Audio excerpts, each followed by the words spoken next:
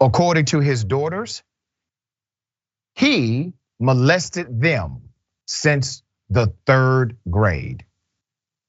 The adult daughters of a Purdue University associate professor have now been made public. This is according to allegations in a probable cause affidavit with 2 counts of incest that was filed Tuesday by Marion County prosecutors. The professor that you see, his name is Robert Givan, 58 years of age. He's a professor of engineering. Givan has been with the university since 1997. In the affidavit, the daughters recounted that he molested them on various occasions. In a written statement to the Journal and Courier, the professor said, and I quote, "All 5 of my children, including my twin daughters, have been raised in a thoroughly loving and nourishing environment by all involved parents. I have never had any form of inappropriate relationship with any minor or any form of non-consensual relationship with anyone, and I am innocent of any such charges." Okay.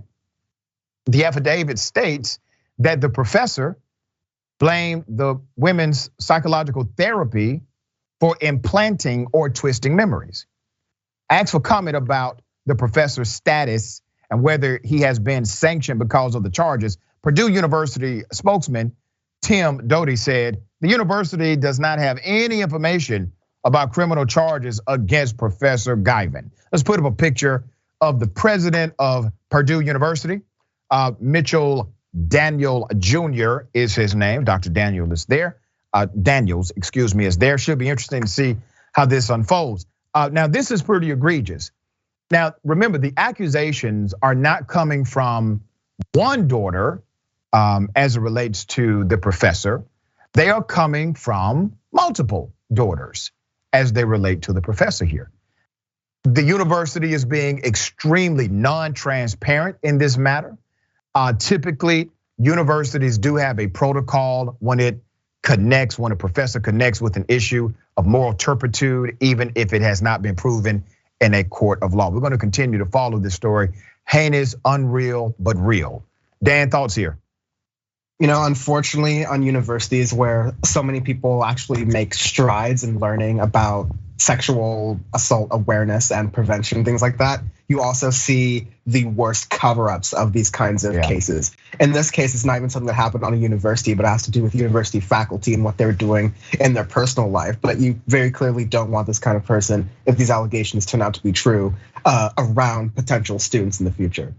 Yeah, very well said. And I've had my own fights with colleges. I remember my first fight with a major college because they engaged in a conspiracy basically to stop a sexual harassment complaint from being charged or filed as a sexual harassment complaint.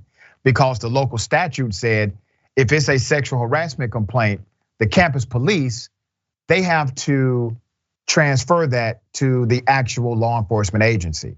But if you can manipulate the complaint and make it less than an actual sexual assault complaint, then you can keep that within the confines of the institution. This was a game they played for years, and many colleges were part of this game, and we were able to work with some students to overturn that. And this was roughly 8-9 years ago, Dan. So we still see that level of cover-up happening at institutions.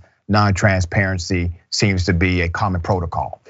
You'll have that non-transparency, and then these colleges will turn around and tout how much they've changed and how much they've grown on these policies. And they encourage people to report and go through the same processes that you're still describing to this day. So it's just something that people need to be aware of. It's sickening, but I'm glad that people like you and people are doing this to this day. They're also fighting against those things. So that's at least some sign of hope there. Yeah, absolutely.